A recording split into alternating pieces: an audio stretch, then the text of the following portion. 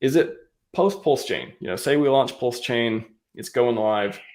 Is Liquid Loans going to launch soon, or is it going to wait to launch, or is it better to launch and then disable some of the loan stuff if there's a lot of volatility? Like we have like a volatility indicator, maybe you have some stats around that, and it's like, okay, not a good time to take a loan, we can't do it, unavailable, something like that. How does Liquid Loans going to work as far as launching on PulseChain? For sure.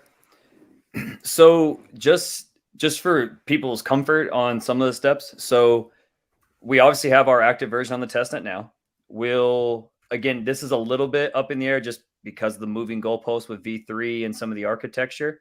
We'll be either launching privately on V2B and doing an update with some of our contracts, going through our process of launch, like internal QA reps, because you get one chance to release contracts. So we're likely going to do a private release that's really just for internal, just so people understand the amount of work that goes into making sure this stuff is just perfect. So no one has to do anything or click anything. Just know that that's the stuff we're working on.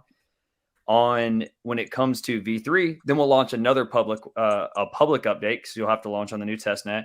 And that's where we'll have the full DApp will be all nice and set up. We'll have our archive node for analytics. So all that kind of cool stuff that wasn't functioning on the front end because we were waiting on updates, all that stuff will be nice and clean, and everyone will get a chance to play with it. And that'll give us an extra chance to go through our QA and launch and all that kind of process. Then on mainnet. So we'll be out, 30 days is sort of like the beginning of when it could happen. We don't have a set date because it's not a time issue. It's a timing issue. So once everything's launched and live, you got the first 48 hours, absolute chaos madness. I'm sure we'll talk some ratio trading. Everyone's always interested in like how this thing's going to explode and what the big bang looks like. And then you have the bridges open, and then stuff starts to get a little more normal. But again, you're still talking a week, 2 weeks into tons of new assets, right? So not just PLS, but all these new tokens. You have PulseX, like absolute madhouse. So 30 days in, we'll allow some of that volatility to play out. It'll allow users to go in and add liquidity on top of what the AMM bot will do. And again, if anyone has any particular questions, a lot of this is just terminology. Just let me know. We can dig into any spot a little heavier. So you basically allow everything to get up and running. People get their validators. You don't have any pauses or anything around launch. Basically, the thing gets up and running the way people are used to seeing it active. And we kind of give everything a chance for unknown unknowns to be played out, because again, you can only get to release contracts one time.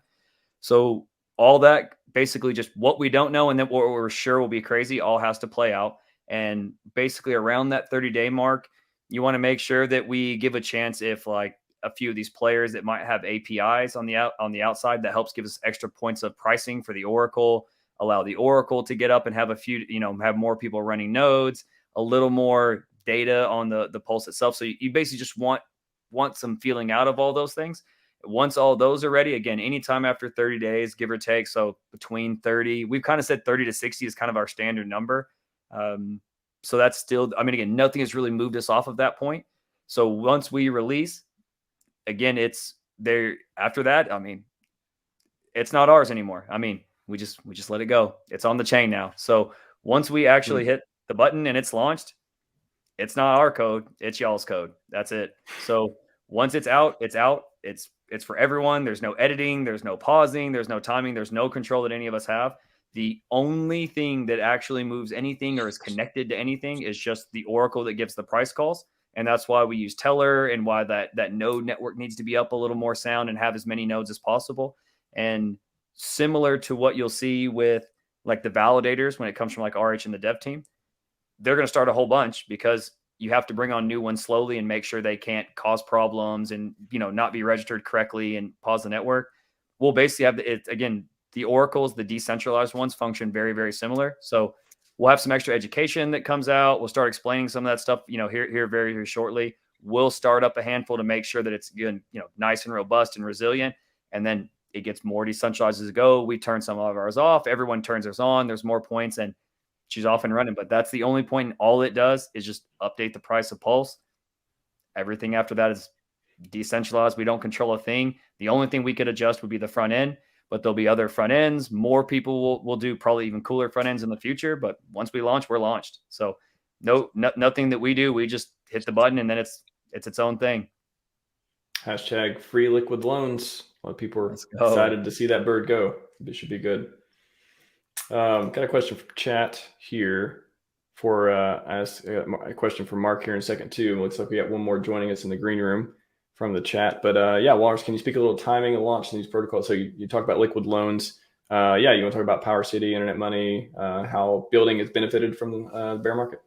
I'm a liquid loans Maxi. I will not refer to those other no, I'm just kidding. I love those guys.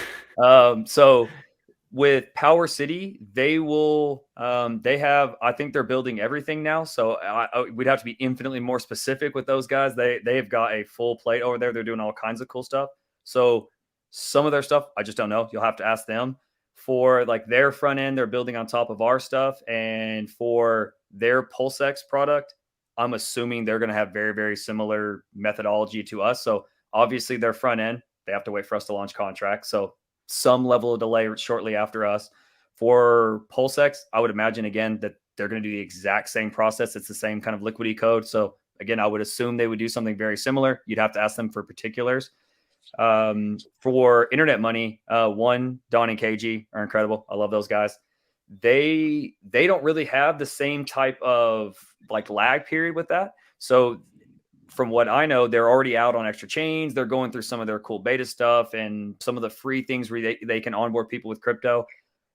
Again, unless they tell you something different, I don't think they have any delays as far as when they can launch on chain. Like I think they pretty much just turn on the RPC and they're ready to go. As far as the head down building, it has been massive, I think, for a lot of us. One of the things in crypto that is, again, it's something that most of us don't experience as users. But for example, I like to use Uniswap. We just say Uniswap and everybody knows what we mean. Uniswap's three things. There's Uniswap Labs, which is a company that's based in New York. There's Uniswap, the code, which is on chain. And then there's Uniswap, the front end, which Uniswap holds. So all of those are different things. So when you open up the Uniswap dApp, that dApp is not the code.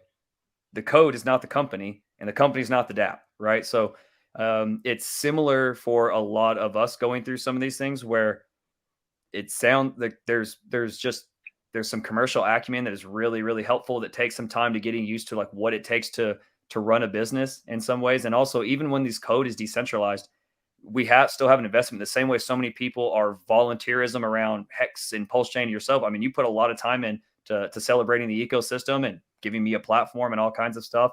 You know, Mark's writing books and basically giving them away and doing all kinds of really, really cool stuff. So even when it's not our code, we just have an investment in what we're building and in the whole ecosystem and wanting these things to flourish. So we have to, in some ways, we still treat that stuff like a business where I want to go out and promote it. I want to get in front of people. I want people to use it. So having some time to really sharpen our teeth and both from each other, from off each of these teams has made, at least for me particularly, has made a big difference. For people that have heard me 2 years ago, you could hear some of these things, but just so many reps and practice and hearing Papa B speak security till I could throw it up and repeat it word for word. And everyone is just sharpening their teeth. So for a lot of us, even beyond the crypto knowledge that you can hear the growth, KG did not sound like that 2 years ago.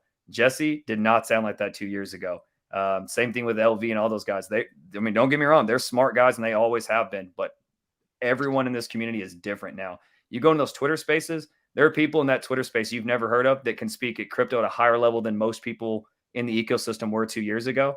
And so that growth has been huge for so many of us. So, now there's so much building, people are getting interconnected. They understand the architecture below what we used as users.